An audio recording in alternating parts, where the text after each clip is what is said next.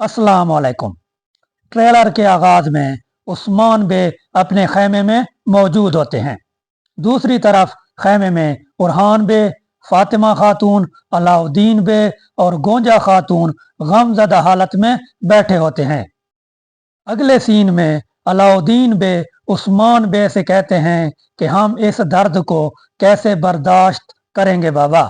जिस शाख का सहारा लेता हूँ वो टूटकर मेरे हाथ में रह जाती है। उस्मान बे कहते हैं कि तुम अपने मकसद का सहारा लोगे, अपनी मोहब्बत का सहारा लोगे। उससे अगले सीन में उस्मान बे सऊत में बाला खातून की लाश उठाए खड़े होते हैं और सब सऊत के लोग और अलाउद्दीन और गोंजा भी वहां मौजूद होते हैं। उससे अगले सीन में उस्मान बे अलाउद्दीन से कहते हैं कि हम तुम्हारी वालदा का इंतकाम जरूर लेंगे। उससे अगले सीन में उस्मान बे कबीले पर हमला कर देते हैं और मंगोल सिपाहियों को जहन्नम वासिल कर देते हैं। अगले सीन में उलुगान कहता है कि हमारी फौज इतनी बड़ी है कि वो बामुश्किल कबीले से भाग पाएंगे। अगले सीन में अलाउद्दीन बे और बुरहान बे जंगल में मंगोलों पर घात लगाते हैं और उन्हें मार देते हैं।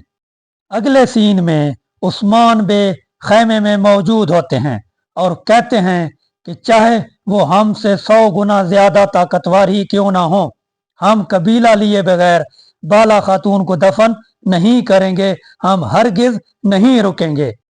अगले सीन में जेर कुताए बारूद फेंकते हैं और बोरान तीर मारकर बारूद को फटा देते हैं, जिससे मंगोल सिपाहियों के टुकड़े टुकड़े हवा में उड़ रहे होते हैं।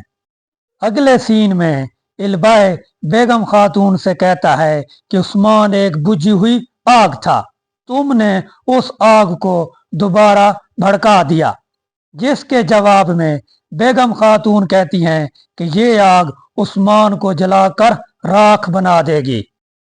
अगले सीन में उलुगान कहता है कि कबीला तुम्हारे लिए कब्र साबित होगा, तुम्हारे लोगों और सिपाहियों की कब्रें खून से सैराब होंगी।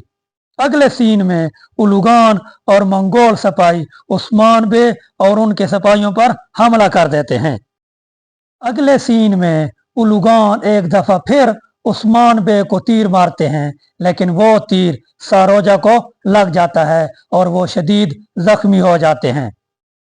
आखिरी सीन में उस्मान बे इल्बाए के साथ लड़ रहे होते हैं और कहते हैं, मेरे सरदारों, मेरे सिपाहियों, शहीदों के इंतकाम के लिए, आज़ादी के लिए, हक के नाम के लिए हमला करो। इसी लड़ाई में बेगम खातून भी जख्मी हो जाती हैं।